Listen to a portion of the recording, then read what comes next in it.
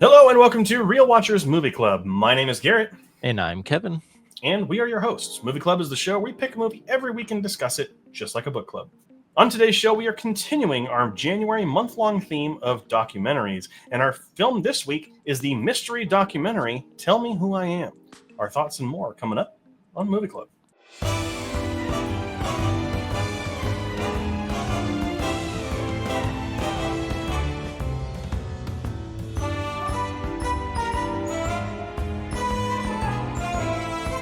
Released in 2019, Tell Me Who I Am was directed by Ed Perkins. In this documentary, Alex trusts his twin, Marcus, to tell him about his past after he loses his memory. But Marcus is hiding a dark family secret. The film currently has a 3.7 out of 5 on Letterboxd. Before we dive into our thoughts, though, we do want to issue a spoiler warning for this movie.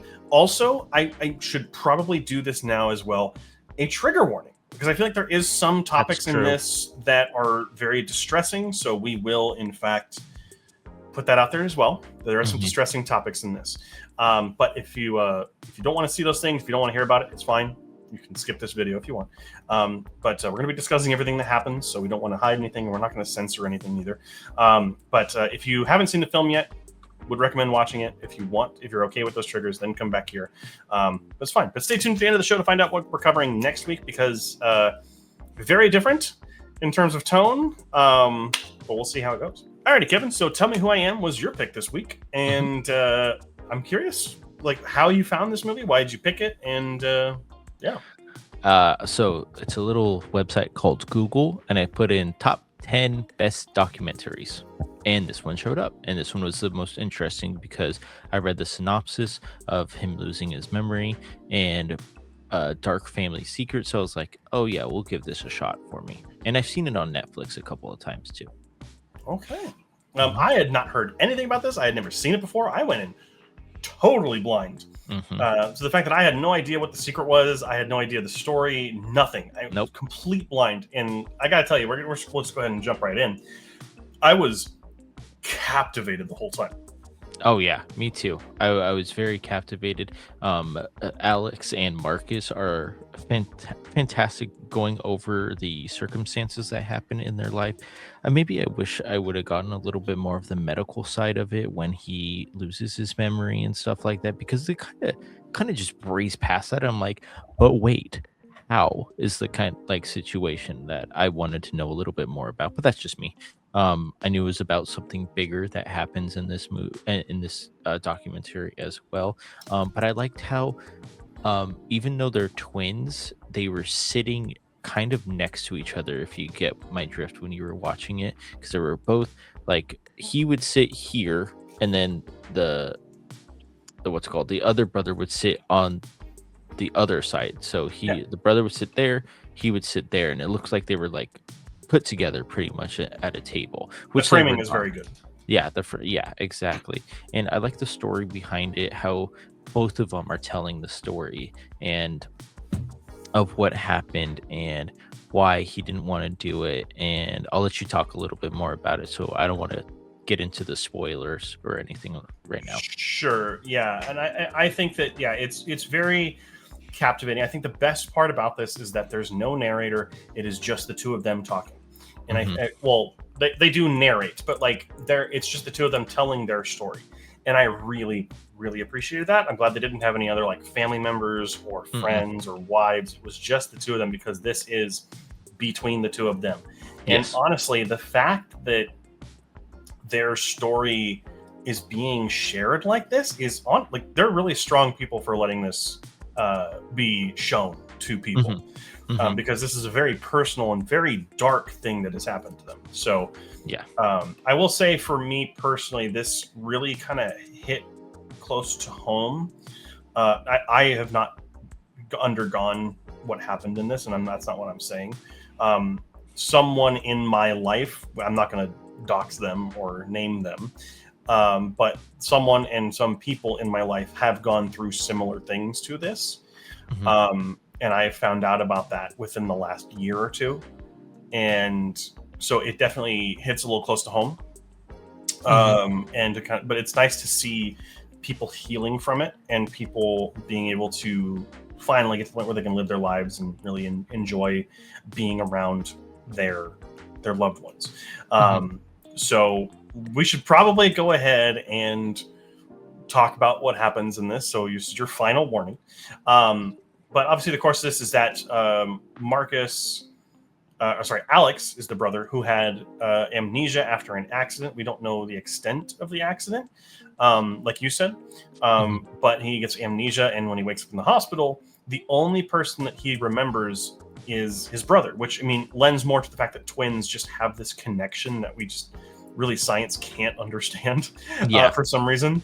But they instantly have a connection, and because of that, Marcus is the only one that he truly knows and trusts, and so Marcus is the obligation and the duty, and I would say the thing that he enjoys doing, which is to kind of help Alex rebuild his life and give him his memories back, and inform him, here's what people are, here's this person, here's this person.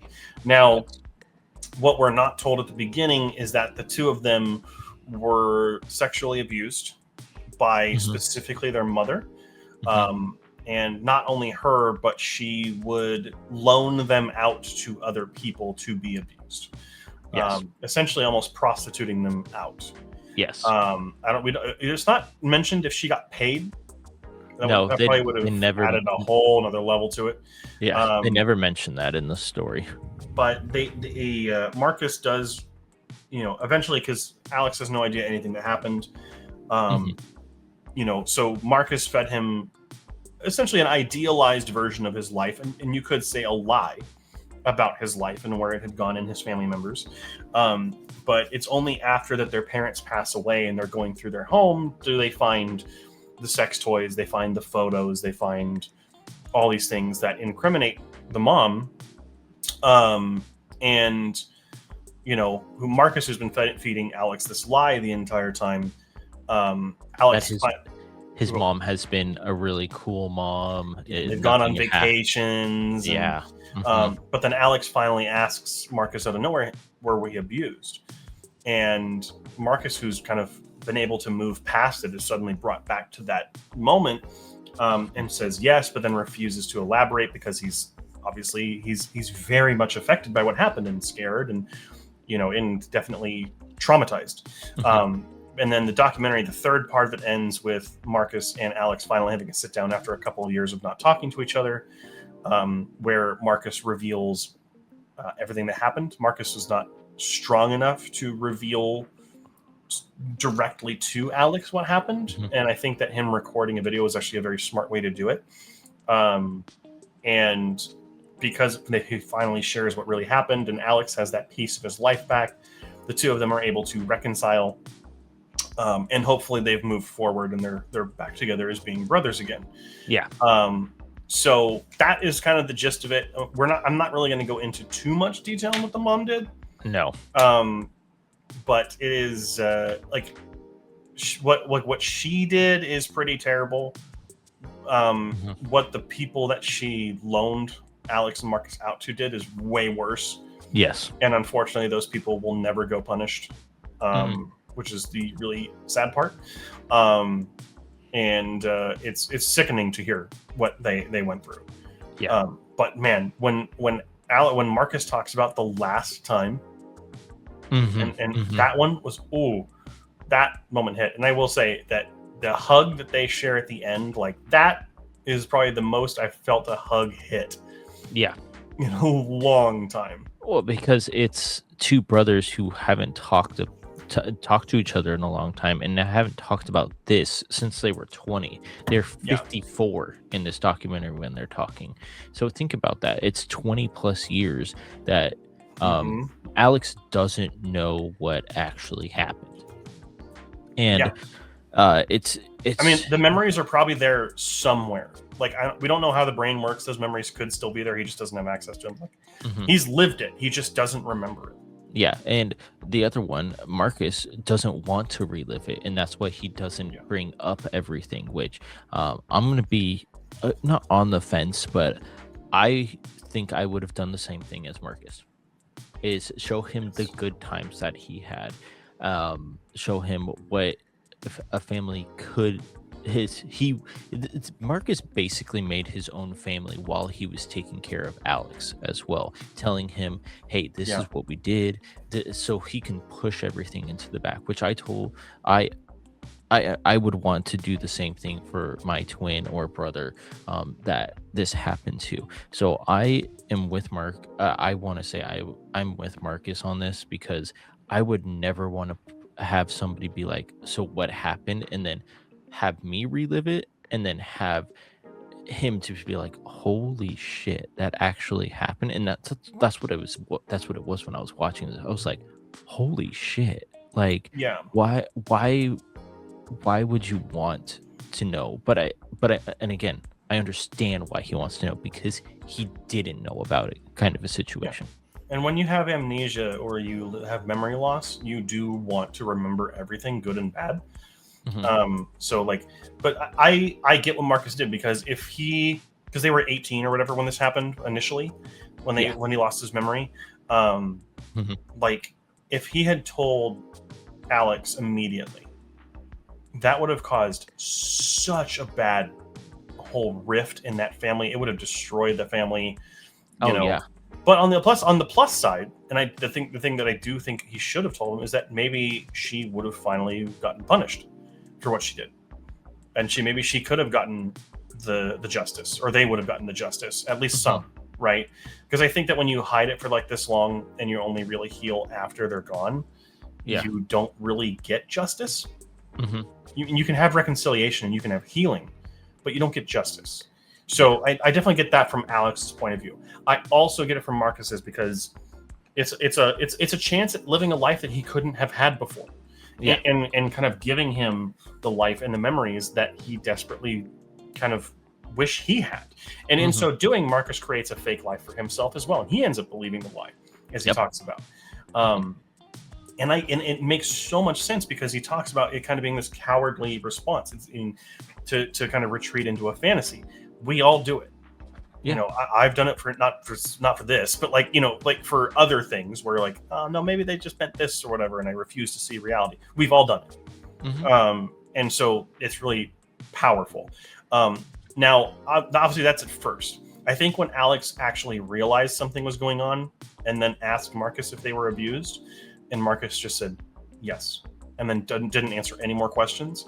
I think Marcus was in the wrong there. I think I, because I yeah, I think as soon as he reveals like, hey, or asks him that question, he found that on his own. Like yes, he came to that conclusion. exactly. That's when it would have been, okay, well, here's what happened, kind of a situation. Yeah. Like if Alex never brought it up, I don't think Marcus would have ever have told him, to be Hmm. perfectly honest, because he didn't Because want. Alex was content, Yeah, he was but it perfect. was only after the parents were gone and they found stuff that it started to bug him. Well, another thing I think that ticked not ticked off Alex, but like uh, kind of was be like, "Oh, that's kind of weird. Why did my brother say that?" Was when they're at the funerals of their mom and the mom and dad, and Alex no, Marcus goes up to the mom and doesn't say anything. And then Alex is like, "Well, why don't you want to say anything?" He goes, "I don't need to say anything," kind of Yeah. situation. And that's when kind of a light bulb kind of pops up in Alex's head. Be like, so why though? Because it's Yeah. our mom, and you always talk so good about her. But Yeah. why wouldn't you say anything good about her when she's uh dead, pretty much? Yeah. That, and then also with the dad, when the dad is on his way out and is like, "Hey, you know, could you ever forgive me?" And Alex was like, "Yeah, totally." 'Cause, Hmm. like he doesn't know. And then Marcus says no. Which like, and he's like, "There's too much there. I can't really explain it." Hmm. But like, as they talk about in the documentary, the dad didn't know anything, And that's and what the craziest part about this whole thing is the the dad is there, and I thought, I didn't want to assume anything, but I thought the dad was doing stuff to them. That's why he was never really in the documentary that much and stuff like that. But then when that happens, I yeah, was like, oh my goodness. yeah, it's just kind of sounds like maybe he was more blue collar or was working a lot and was just not home Hmm. to see anything. But like, based off of what I've heard from people who have been in abuse situations, typically the spouse doesn't know. So yeah, like typically the spouse doesn't know anything because it's a secret, you Hmm. know, and it's something that you keep buried, Yeah. right?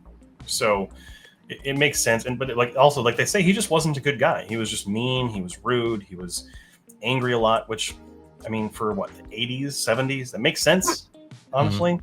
So it just it kind of fits. Alrighty, Kevin. So tell me who I am was your choice this week. Let's let you know what your final thoughts are and what your score is. Yeah, so my final thoughts and score are this is a must watch. It's very heavy, unfortunately, and there is a trigger warning during this documentary as well. But it is a great watch because of the twin or brother relationship between Alex and Matthews and the horrors that happens in their home, unfortunately. But I like how the cinematography and the how the documentary paints them in this movie as well. It's very interesting. It's just them with a little bit of narration in it. But after you find out what's happening and whatever happens after that, it's absolutely heartbreaking, unfortunately. But it's a watch because it brings together two people that have been apart for so long. So I gave it an Oh, I had it open. I did not see it. An 81 out of 100, which is 4 stars out of 5. Gotcha. Yeah, for me, I thought this was truly heavy stuff, and I'm glad that it was handled so carefully and very well. I'm really excited, not excited. I'm really glad that it was just the two of them and their perspectives, and no one else. The archival footage and photos does a lot to kind of show that story visually as well. And there's true reconciliation at the end of this. I mean, whether or not their relationship is truly healed, we don't really know because we don't know, but it felt real, and I really like that. So for me, I gave it an 88 out of 100, which is 4 stars out of 5 on Letterboxd. Definitely a very good documentary. Like, this is probably one of the better ones that I've watched this month because it's also I'm doing a documentary for every day of the month. So, but that is going to be it for Tell Me Who I Am. The question now falls to you. What do you think of the movie? Make sure to leave that comment down in the comment section down below, and just remember to be nice to one another because, it's not hard. It's not that hard. But next week's documentary I'm super excited about is the LGBTQIA plus documentary Paris is Burning, which I'm very excited to discuss here on the channel. So make sure to watch it next week so you're not spoiled. But thank you so much for watching. Of course, make sure to like, comment, subscribe, all those wonderful things. We do have our live stream that goes live every single Wednesday at 7 p.m. Pacific Standard Time. And then this show goes live every single Friday at 4 a.m. Pacific Standard Time. Thank you so much for watching. And until next time, make sure to keep those eyes on the screen.